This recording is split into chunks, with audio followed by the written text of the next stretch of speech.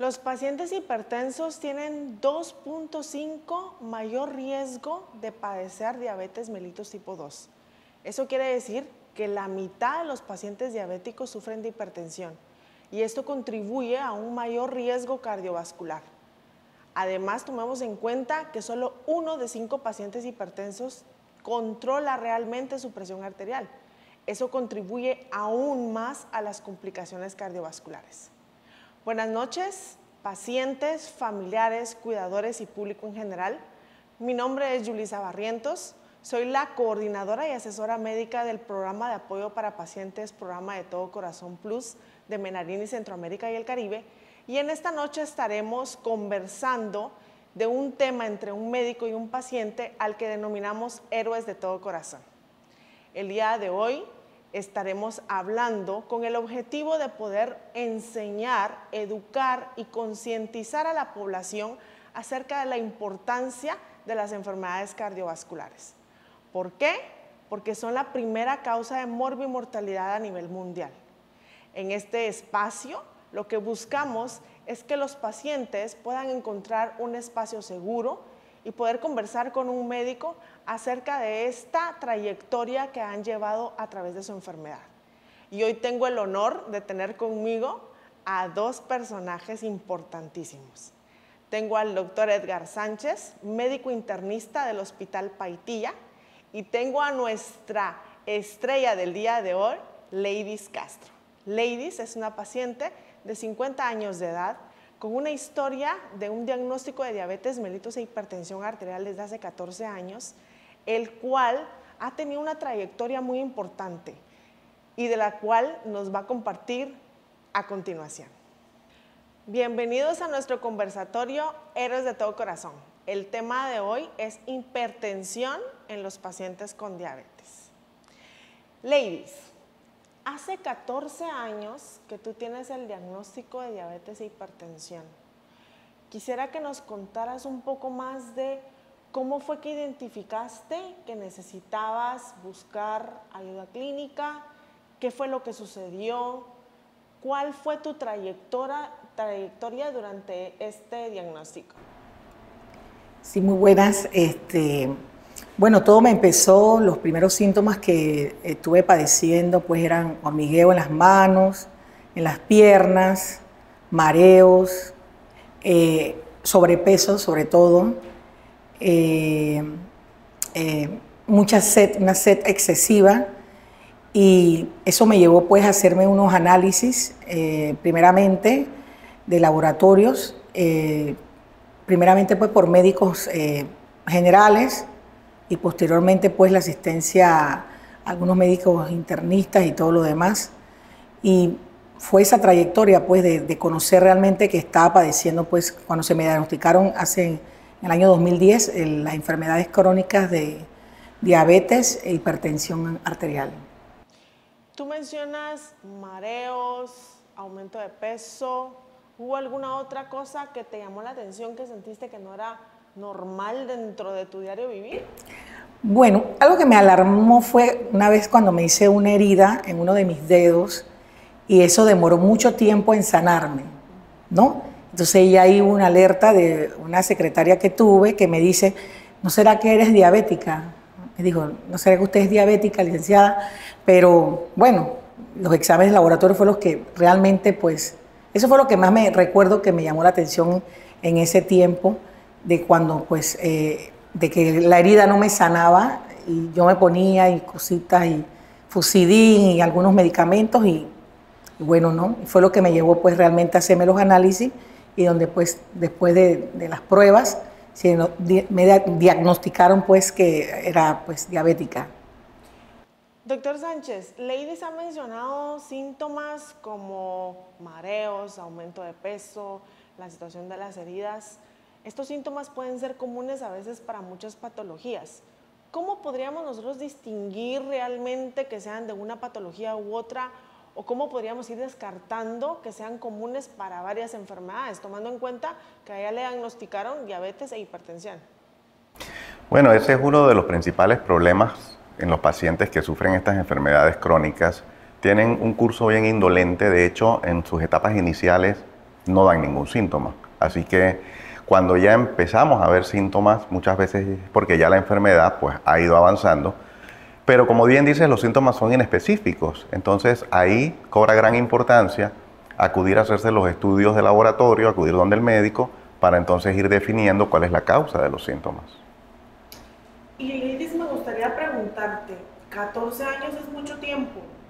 ¿Qué era lo que te hacía de alguna manera ir de consulta en consulta? ¿Qué era lo que tú notabas que no estaba como estable? Bueno, porque tomaba ciertos medicamentos iniciales y iba a los médicos y la presión siempre me salía alta. Siempre me marcaba la presión alta. Entonces, como dije anteriormente, ya yo había acudido pues a médicos internos, tanto del sector público y también pues del sector privado, a varios también, como 2 más, y bueno, hasta que pude dar finalmente pues con alguien que sentí que sí me estabilizó pues en el periodo de tiempo, y eso era porque cada vez que acudía a una cita médica nunca estaba estable. Y a pesar de que tomaba ciertos medicamentos, ciertas dosis, quizás no era la adecuada, no pudiera decirlo, pues no soy médico, pero era eso, que por más que tomar, seguía la presión arterial alta. Doctor Sánchez, esto es algo muy común en los pacientes, ver que ellos empiezan con su cuadro clínico y que a pesar de la consulta médica, de la búsqueda de atención, los síntomas persisten, no hay control. Esta inestabilidad, queremos llamarla así, del tratamiento o de la respuesta al tratamiento, ¿qué cree que contribuye? ¿Qué factores son los que pueden causar esto en un paciente? Bueno, esto tiene varias razones. Es importante que muchos pacientes no ven estas enfermedades como enfermedades crónicas que requieren un tratamiento a muy largo plazo. Y a veces toman medicamentos solo por un corto periodo de tiempo pensando que ya con eso pues, se van a controlar. Ese es uno de los motivos. El otro motivo es que de repente no le dan tanta importancia a los cambios en hábitos de vida y pues se confían en que con los medicamentos es suficiente. Hoy en día sabemos que a pesar de tomar medicamentos, si el paciente no hace cambios en su actividad física, mejora la cantidad de ejercicio y cambios en su alimentación, es mucho más difícil poder lograr el control. Y el otro aspecto importante es que muchos pacientes hipertensos, y bueno, hoy en día también los pacientes que sufren de diabetes, no se van a controlar con un solo medicamento. Entonces deben regresar a donde el médico para pues, tener ese seguimiento y poder ir dándole mayores medicamentos, mayores dosis en caso de ser necesario. Ladies, tú mencionas que pues durante el proceso no veías esta respuesta que menciona el doctor, que se debe a muchos factores en cuanto al control de tus síntomas. ¿Qué sentimientos te acompañaron durante ese proceso? Bueno, primeramente cuando empezó todo fue una tristeza, porque lo que más pensamos siempre, si hemos tenido un familiar con estas enfermedades y que no se ha cuidado, como dicen, pues vienen malos pensamientos, impotencia también, ¿no? Porque yo decía, yo me tomo todo, me tomo los medicamentos, los que me mandan, o sea, como que no había la dosis perfecta, pues, y eso me producía sentimientos, pues, de tristeza, melancolía, angustia, el qué va a pasar conmigo, impotencia, básicamente, ¿no? Porque yo decía, ¿qué más hago yo si yo voy aquí, voy allá y no estoy regulada, ¿no? Obviamente sí tuvieron que dar algunos cambios, ¿no? En la alimentación y todo, y es un complemento, ¿no? De muchas cosas para poder uno también lograr, pues, entonces estar algo estable, porque pues sabemos que es un tratamiento a largo plazo y que quizás con eso ya uno tiene que aprender a convivir y vivir, pero hay que seguir las indicaciones. Hay que ser obediente y tú eres una muy buena paciente, es lo que dice el doctor. Y precisamente, doctor, hay un término que últimamente ha estado tomando mayor relevancia. Bueno, hay muchas cosas que hoy en día y con el acceso a la tecnología, pues tenemos la virtud de poder encontrar varios términos, pero en estos pacientes que a veces concomitan con 2 enfermedades crónicas como la hipertensión y la diabetes, hemos encontrado el término del síndrome metabólico. Nos gustaría, para que nuestra audiencia, los que nos sintonizan, pudieran entender un poquito mejor de qué se trata este síndrome. Sí, mira, el síndrome metabólico realmente no es tan nuevo. Ya en 1988 fue descrito por el Dr. Raven y en esa época se llamó síndrome X. Y ha ido pasando por diferentes nombres hasta que, bueno, hoy en día se le conoce como síndrome metabólico. Y el síndrome metabólico realmente son diferentes enfermedades, por eso se llama un síndrome, que en un momento dado pues pueden juntarse, y lo que hemos visto es que esto incrementa de manera significativa el riesgo de desarrollar enfermedades cardiovasculares y cerebrovasculares. ¿Cuáles son estas enfermedades que forman parte del síndrome? Pues la hipertensión arterial, la diabetes o la resistencia a la insulina, la alteración en los lípidos, principalmente lo que es el triglicérido y las lipoproteínas de baja densidad, y la obesidad, pues que también juega un papel importante. De hecho, pues la obesidad y la resistencia a la insulina son los dos factores principales que marcan todo lo que viene posteriormente cuando pues hablamos de síndrome metabólico. Excelente. Doctor, y precisamente conversando un poquito más de esos factores que nos predisponen a nosotros, usted menciona lo de la resistencia a la insulina, y me gustaría explicarle un poquito más a la audiencia, porque pues vamos a veces a los laboratorios y nos mandan a hacer curva de determinación de insulina. Sabemos que para la diabetes generalmente tenemos la idea de que la glicemia es el laboratorio de cajón, pero cuando hablamos de insulina, ¿de qué hablamos exactamente? Esta también es sumamente importante porque hace muchos años se diagnosticaba la diabetes ya en etapas avanzadas, que era cuando ya el azúcar empezaba a aumentar en sangre. Pero hoy en día sabemos que cuando el azúcar empieza a aumentar es porque ya el organismo ha perdido esa capacidad de mantener el azúcar dentro de un nivel adecuado. Entonces esto puede tomar un tiempo que va entre 8 a 10 años. Así que si nosotros tomamos eso en consideración, estamos haciendo un diagnóstico tardío si ya cuando el paciente ya tiene el azúcar elevada. ¿Y cuál es ese fenómeno que empieza 8 o 10 años antes? Es lo que llamamos la resistencia a la insulina. Es decir, la insulina, que es la hormona que hace que el organismo pueda aprovechar el azúcar. Bueno, cuando empezamos a tener este tipo de problemas que está condicionado a la resistencia a la insulina, entre otras cosas, pues al aumento de peso, entonces pues los músculos, los tejidos, la insulina no puede hacer bien su efecto para que el azúcar sea aprovechada y tiene que incrementarse la producción de insulina a nivel del páncreas. Entonces durante todo este tiempo tenemos niveles bien elevados de insulina en las etapas iniciales. Cuando ya el páncreas empieza a desgastarse, entonces ahí viene a aumentarse el azúcar, y es cuando muchas veces se hace este diagnóstico que, como dije, pues ya está en etapas ya bien instaurada la enfermedad. Queremos presentarle a la audiencia, ¿verdad?, los factores de riesgo que, como el doctor mencionó, pudieran contribuir a este síndrome metabólico. Dentro de ellos se menciona la edad. ¿En qué etapa es más frecuente que ocurre el síndrome metabólico?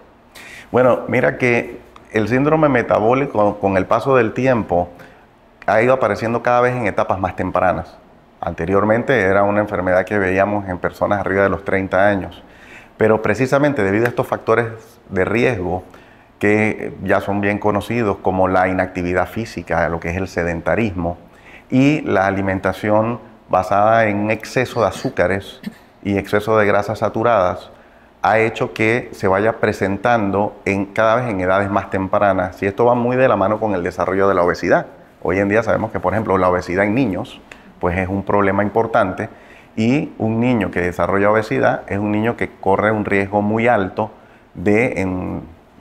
pues con el tiempo desarrollar los otros componentes, que es la hipertensión y la diabetes, y bueno, desarrollar un síndrome metabólico.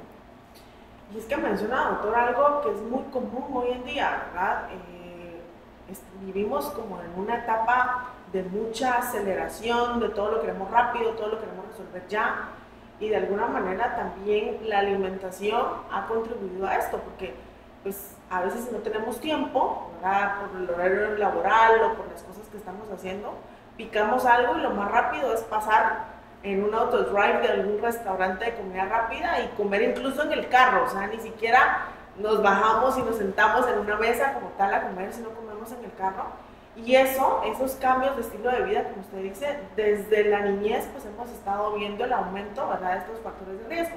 Habla también de que el origen étnico tiene que ver como factor de riesgo para el síndrome metabólico. ¿A qué se refieren con eso, doctor? Sí, bueno, los estudios lo que han demostrado es que, por ejemplo, las personas de raza negra tienen mayor probabilidad de desarrollar este problema, y hay otros factores de riesgo. Por ejemplo, cuando se estudian lo que es el nivel socioeconómico, se ha visto que las personas de bajos recursos económicos también pues tienden a sufrir más de síndrome metabólico. Entonces, y eso va muy de la mano con lo que mencionaste, el tipo de alimentación, en donde de repente no puedo tener yo el acceso a una alimentación más saludable, pues, y entonces tiendo a buscar cosas que no son tan saludables, pero pues se promueven dentro del comercio como un agrandamiento de un trío o un 2x1 de una comida, y eso me resuelve, y bueno, desafortunadamente no es lo más saludable en cuanto a las decisiones alimenticias.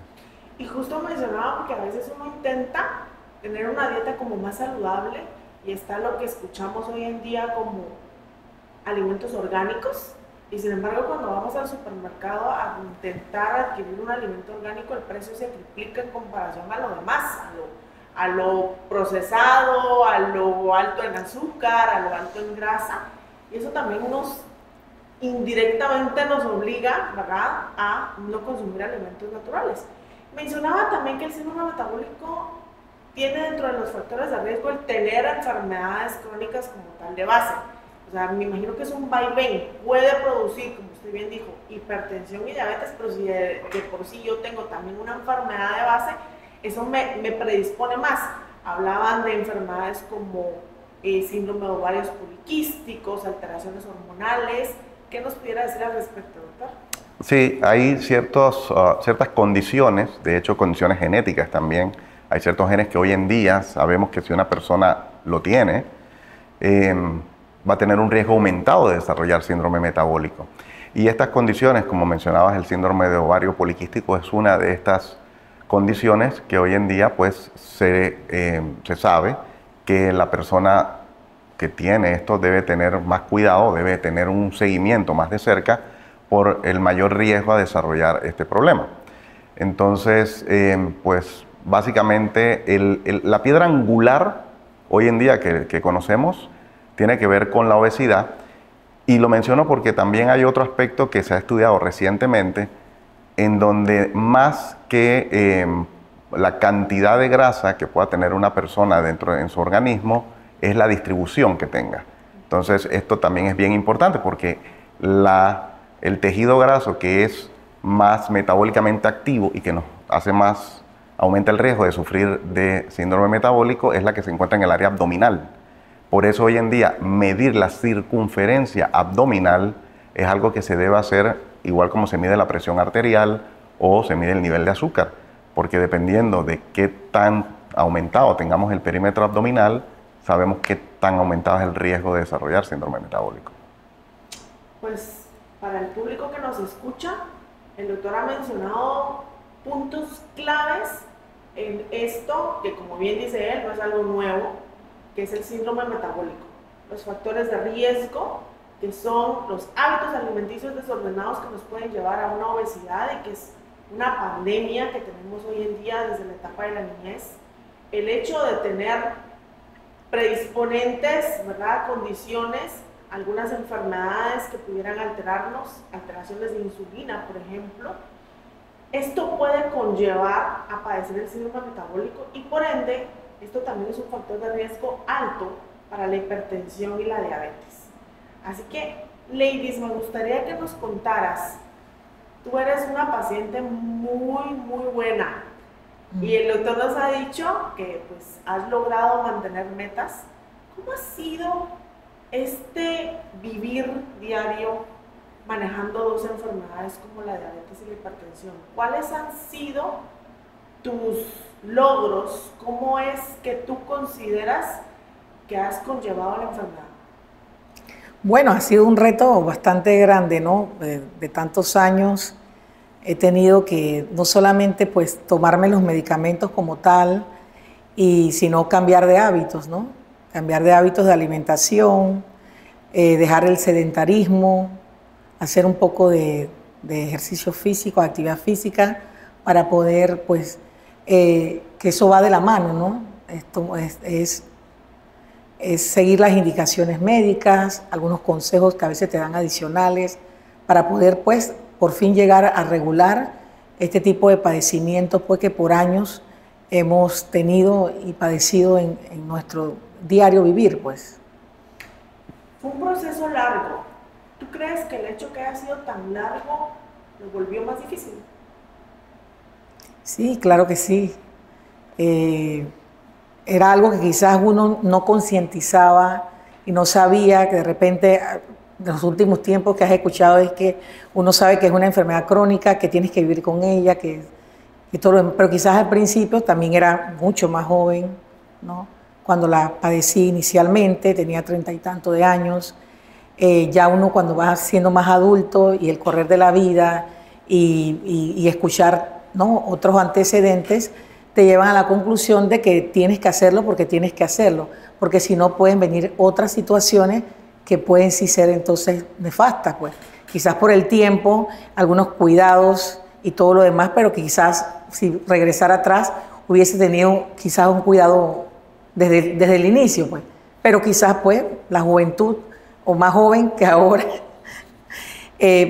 uno pues abusaba, no concientizaba, no realizaba realmente pues no, los parámetros que teníamos que seguir, pero ya hoy día ya es diferente. Hay cambios que cuestan más que otros y pues todos somos diferentes, cada paciente es individual y a pesar de las recomendaciones que nos indican nuestros médicos, a cada uno nos cuesta un poco más modificar algo que los demás. En tu caso, ¿qué fue lo difícil? Un poco la actividad física, quizás por el tipo de trabajo que tengo y todo lo demás, ¿no? Eso me costó un poquito más, porque en alimentaciones por año he tenido también tantos nutricionistas, médicos y todo lo demás encargados pues, de esa área mía, porque pues son alimentos especiales y todo lo demás, nada que tampoco tan extraordinario que no se pueda hacer, pero la actividad física siento yo que fue la que me costó un poquito más, porque uno dice que la falta de tiempo, pero siempre hay tiempo, porque a veces uno saca tiempo para otras situaciones, otras cosas, y de recrearse y todo lo demás, y eso debió haber formado siempre parte de mi vida, ¿no? Y siento que eso fue lo que me costó un poquito más. Que no era que no me gustaba, sí me gustaba porque me gusta caminar, me gusta hacer algo de pesitas y eso, pero bueno, tenía que sacar el tiempo. Quizás eso fue lo que más me costó. Ahí toma auge y toma valor el término procrastinar, ¿verdad? Últimamente es tan frecuente ese término y lo hemos estado utilizando mucho. Les comento, Lady es abogada, entonces el trabajo que ella hace mucho tiempo es estar pues sentada, largas horas extenuantes, ¿verdad? Posiblemente en un escritorio, y eso también dificulta a veces completar estas metas de ejercicio. Uno considera que a veces levantarse del escritorio o bajar unos cuantos pisos es ejercicio, pero ¿qué cree usted, doctor? Bueno, sobre eso también se ha estudiado muchísimo y hay una diferencia entre actividad física y ejercicio. Hay personas que por su trabajo hacen mucha actividad física, lo cual no está mal, está bien. Pero cuando hablamos de ejercicio, lo que buscamos es que sea pues, una actividad que se haga durante un tiempo seguido, que sea sistemática y que se haga durante una cantidad de días a la semana. Hoy en día la recomendación es de 30 minutos diarios, de 5 a 7 días a la semana. Entonces, pues ahí muchos pacientes también consideran que como caminan bastante en el trabajo, con eso es suficiente. Y pues realmente deberían sí tomar otro tiempo, sacar más tiempo para ya realizar un ejercicio más sistemático. Y es que también el horario, ¿verdad? A veces, pues hoy en día tenemos la facilidad que hay algunos centros de ejercicio que abren hasta altas horas de la noche y eso a veces facilita a las personas que a lo mejor salen muy tarde del trabajo pudieran accesar a esos centros de ejercicio en altas horas de la noche. Pero para los que nos cuesta levantarnos temprano, a veces es difícil, pero hay gente que se levanta muy temprano a hacer ejercicio. Y hablando del ejercicio, Parte también, me imagino, del control que tú tienes, Ladies, ahora con tu enfermedad, ha sido poder haberte mantenido obediente, lo vamos a decir así, adherente a tu tratamiento. Sabemos que el hecho de poder bajar los niveles de presión arterial o las cifras de presión arterial en los pacientes con diabetes mejora y evita algunas complicaciones, porque estas dos enfermedades pueden afectar varios órganos de nuestro cuerpo. En este caso, doctor, ¿usted qué opina acerca de la adherencia de un paciente a su tratamiento y cómo esto puede contribuir en efecto a su calidad de vida? Sí, la adherencia es un factor fundamental para evitar las complicaciones de estas enfermedades a largo plazo, que son, pues, como mencionamos, enfermedad cardiovascular, infarto, derrames y falla cardíaca, insuficiencia renal.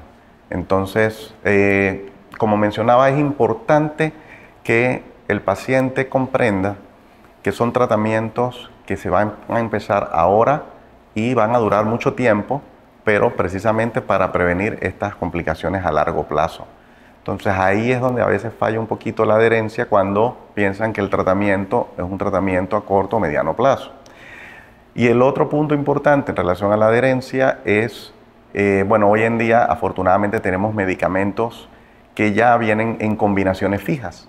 Anteriormente los pacientes tenían que tomar 3, 4 o 5 pastillas diferentes para poder controlar estas enfermedades, sobre todo cuando se combina no solamente la diabetes y la hipertensión, sino que también tenemos que agregar otros medicamentos para el control, por ejemplo, del colesterol. Hoy en día, con los medicamentos que ya vienen combinados, reducimos bastante la cantidad de tabletas que los pacientes toman diariamente y esto ha mejorado mucho la adherencia. Así que esos son algunos de los aspectos que, pues, juegan un papel importante en este caso. Ladies, cuéntanos, en tu caso, ¿cómo has logrado cumplir las metas del tratamiento? ¿Qué es lo que tú has hecho para concientizarte de la importancia que tiene el saber que tienes que tomarte un tratamiento para evitar las complicaciones? Bueno, yo ahí sí tengo que decirlo que siempre he sido muy obediente, ¿no? En ese aspecto de los medicamentos que desde que inicialmente pues he venido consumiendo, tomando. Era desobediente quizás pues con la alimentación, con la actividad física o ejercicios, pero con los medicamentos sí tengo que reconocerlo y decirlo, he sido siempre bien obediente. Pero eso va, hay una relación, ¿no? Hay una relación y un cúmulo de situaciones que también uno tiene que tratar de hacer la parte de uno, que solamente no lo va a hacer el medicamento, que es muy importante. El tomarse los medicamentos es lo más importante que puede haber para poder que a través de la actividad física y de la buena alimentación tú puedas finalmente regular ese aspecto pues, de la hipertensión y diabetes y eso básicamente. Sabemos, doctor, que últimamente las conductas de los pacientes con respecto al tratamiento varían mucho. Hay pacientes que al empezar a sentirse mejor suspenden automáticamente el tratamiento por propia decisión. Hay pacientes que por la situación económica deciden disminuir la dosis, ¿verdad? O partir las tabletas. Hay pacientes que olvidan su tratamiento. En su experiencia, porque Ladies es un ejemplo de una paciente excepcional, la mayoría andan buscando qué técnicas o qué usan para poder no olvidar una dosis, andan con ya sea dispositivos en aplicaciones del teléfono o con calendarios o con libretitas. En su experiencia, doctor, ¿qué es lo que le recomienda a usted a sus pacientes para poder mantenerse adherente al tratamiento y no olvidar sus dosis y no hacer estos cambios en el mismo? Bueno, creo que lo más importante es que el paciente sí pues, sea consciente de la importancia de no abandonar el tratamiento o no llevarlo a medias, sino llevar un tratamiento que precisamente nos lleve a cumplir las metas que son necesarios llegar para evitar estas complicaciones. Si los pacientes están claros en ese sentido, va a ser menos la probabilidad de que pues, dejen el tratamiento. Lo otro es tratar de simplificar, por ejemplo, los horarios de tomas de los medicamentos, tratar de utilizar medicamentos de tomas una vez al día o 2 veces al día máximo. Esto también facilita mucho que el paciente en un momento pueda relacionar la toma del medicamento, por ejemplo, con el desayuno o el desayuno y la cena. Entonces, pues de esa manera es menos probable que se lo vaya a olvidar. Y bueno, también la parte económica que mencionaste, que es muy, muy importante. Entonces, pues en ese sentido, es pues acá en nuestros países, en donde tenemos también la medicina pública, la medicina privada, ayudar a los pacientes para que puedan tener más acceso a sus medicamentos es importante. Ladies, tú como paciente del doctor Sánchez, me imagino que cuando empezaste a tomar los medicamentos y en el caso él hizo algún cambio en tu tratamiento que venías cambiando y modificando para poder lograr un control, me imagino que él siempre estuvo accesible a que tú aclararas cualquier duda, te explicó de una forma detallada la razón por la cual te indicaba XY tratamiento y lo que podrías esperar al respecto. ¿Crees que eso sumó a que tú fueras obediente, como dices, con el tratamiento? Claro que sí, porque obviamente yo, como dije anteriormente, yo había acudido a otros médicos internos, inclusive endocrinos, que nunca dieron pues para controlarme, pues. Siempre me salía la hipertensión alta, el azúcar también alta, y entonces pues eso me tenía a mí como impotente, pues ¿qué hago? Hasta que bueno, por referencia pues acudí donde el doctor y siempre me explicó, se toma todo el tiempo del mundo, porque para escucharme a mí, Dios mío, que hablo tanto, entonces estuvo muy atento, siempre me escuchó, siempre me aplicó, siempre me explicó y me adicionó pues algunos que otro medicamento, pocos creo que fueron, no, si fueron pocos. Entonces, y eso realmente pues en el tiempo perentorio no fue tan largo tampoco, pues pude regularme, pero bueno, sigo siendo obediente en los medicamentos, sigo siendo ahora, como dije anteriormente, ya por el tiempo pues ya de mi edad, no tan avanzada tampoco, pues llevar una buena alimentación y tratar de hacer pues lo más que pueda de una actividad física, porque hay que hacerlo por mi bienestar, tengo que hacerlo. Aprovecho a comentar que el grupo Menarini hizo un estudio en donde pudimos documentar que la mayoría de pacientes tenían una dificultad al momento de su diagnóstico y tratamiento. Y era que la mayoría de médicos utilizaban un lenguaje muy complejo, no eran accesibles al momento de poderles preguntar por qué el tratamiento, por qué el diagnóstico y cuál era la evolución a seguir con el mismo. Así que yo creo que la relación médico-paciente que tenemos aquí de ejemplo con el doctor Sánchez y Ladies es algo que a todos nos quedaría poder hacer y poder realizar para mejorar esta adherencia y esta calidad de vida en nuestros pacientes con enfermedades crónicas. Me gustaría ir cerrando esta edición de Héroes de Todo Corazón. Quisiera pedirle a Ladies que nos pudieras brindar algún consejo o recomendación para la audiencia que nos está escuchando acerca de qué podrías recomendarle a las personas que padecen hipertensión y diabetes para llevar una vida plena y una calidad de vida. Bueno, en definitiva, pues hay que acudir a un buen médico. Hay que acudir a un buen médico y ser obediente y seguir todas las indicaciones. Y sobre todo iniciando, tomarse los medicamentos porque ellos son los expertos. Nosotros no lo somos. Tenemos que cumplir con esa parte inicial de tomarnos los medicamentos y adicional, pues, nunca dejar de buscar esa ayuda porque eso puede alargar tu vida. No es que tú tengas una enfermedad de este tipo y te vas a morir mañana, no. Pero si te controlas con los medicamentos, tienes una buena alimentación, participas de unos ejercicios, actividad física, puedes mejorar tu calidad de vida, por supuesto, y puedes vivir muchos años más.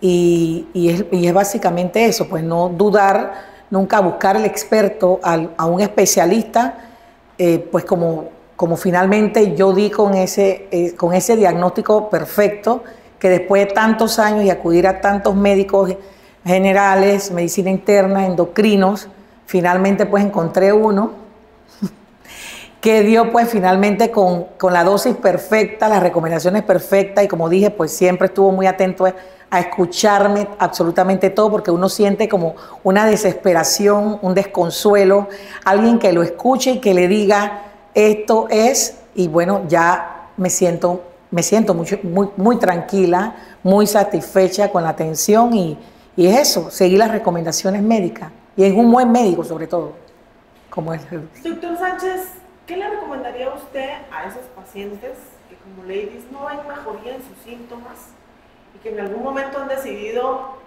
abandonar tratamientos, ya no buscar ayuda o simplemente decidir que no vale la pena porque no hay solución? Lo más importante es que los pacientes no consideren que estas enfermedades son condenas de muerte. Realmente hoy en día existen tratamientos y lo que nos han demostrado pues todos los estudios es que los pacientes que están bien tratados, que buscan la ayuda y la guía y que controlan sus enfermedades, previenen las complicaciones y pueden vivir una vida normal por muchos años. No tienen que morir por esto pues necesariamente. Entonces, en ese sentido, los pacientes que se encuentran en esa situación deben es de acudir y buscar una guía a donde es un profesional de la medicina para que entonces pues se tome ese tiempo de poder explicarle cómo iniciar y sobre todo el seguimiento que deben de tener una vez que empiezan un tratamiento y cuáles son las medidas pues que también debe seguir en casa para controlar estos problemas de salud. Y es que para la audiencia, tomen nota de lo que acaba de decir el doctor, no es una sentencia de muerte. Podemos modificar la evolución de nuestra enfermedad si desde hoy empezamos a realizar cambios, empezamos a ser adherentes al tratamiento y nuestro estilo de vida empieza a mejorar. Paso a pasito, como bien mencionó Ladies, hacer cambios pequeños, constantes, van a hacer la diferencia en nuestro tratamiento. Me gustaría decirles que tenemos algunas preguntas de la audiencia que nos han llegado durante esta transmisión. Y doctor, mencionan, dice, tengo hipertensión y me controlo con mi cardiólogo, pero recientemente me diagnosticaron diabetes. ¿Es necesario interconsultar a otro especialista? Sí, mira, la diabetes es una enfermedad que tiene una prevalencia tan alta. Hay tantos pacientes ahora que sufren de diabetes y cada año aumenta la cantidad de pacientes en los que se diagnostica diabetes, que pues sería imposible que los especialistas, como los endocrinólogos en este caso, que son los especialistas que ven los problemas como la diabetes, pudieran atender a todos los pacientes. Entonces, pues los médicos de atención primaria, otras especialidades, pues hemos tenido que también cultivarnos en el conocimiento del manejo de la diabetes, sobre todo la diabetes tipo 2, que es la que se asocia al síndrome metabólico. Así que el cardiólogo perfectamente está en capacidad de dar ese tratamiento inicial a un paciente al que se le diagnostica diabetes. O sea que no tendría que cambiar realmente a otro médico, pudiera quedarse con su cardiólogo que está en toda la capacidad de poder manejar todos sus problemas de salud metabólicos, por decirlo. Excelente, y es que como bien dice el doctor, a veces el profesional de salud no se da abasto para manejar una patología y hay otros profesionales de salud que también tienen la capacidad de poder evaluar y pues en el momento necesario pues poder hacer las interconsultas entre ellos, así que podemos continuar con nuestro médico y acatar las recomendaciones que nos indican. Hacen otra pregunta, doctor, dice, ¿qué estudio es el más recomendado realizar para controlar la diabetes? Yo acostumbro a realizar glicemias en ayunas. ¿Es suficiente? La glicemia en ayunas es importante porque nos da cierta información, pero hoy en día se utiliza una medida que es la hemoglobina glicosilada. La hemoglobina glicosilada, que es una prueba de laboratorio en sangre, nos dice cómo ha estado el control del azúcar en los últimos 3 meses. Y pues hoy en día hay un parámetro que es el que utilizamos, que es menos de 7%, para establecer que el paciente está bien controlado.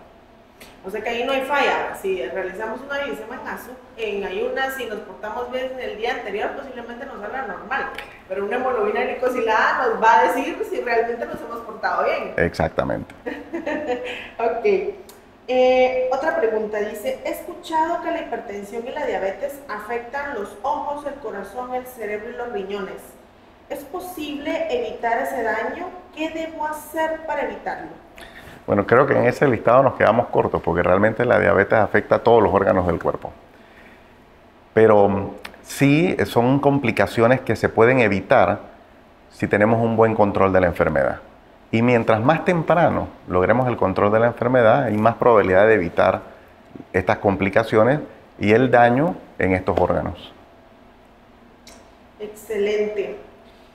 La verdad es que tenemos muchas preguntas, pero el tiempo es corto. Podríamos estar hablando aquí horas y horas de la importancia de la hipertensión arterial en los pacientes diabéticos, del síndrome metabólico, de ejemplos como Ladies, ¿verdad? Una paciente que ha logrado sus metas de control con un doctor que fue accesible, que de alguna manera fue el ángel perfecto en el momento indicado. Yo les agradezco a todos y aprovecho a invitar a todas las personas que nos están sintonizando a que puedan ver nuestras redes sociales, programa de todocorazon.plus. Tenemos presencia en Instagram y en Facebook. Y también tenemos una página web, programa de todocorazon.plus. Es así como concluimos esta transmisión, donde el objetivo principal fue educar y concientizar a los pacientes, familiares, cuidadores y al público en general sobre la importancia del cuidado de las enfermedades cardiovasculares y el impacto que esto puede tener en tu calidad de vida. Recordemos que el programa de Todo Corazón Plus tiene presencia en redes sociales, tenemos página de Facebook y de Instagram y también tenemos nuestra página web programa de todocorazon.plus.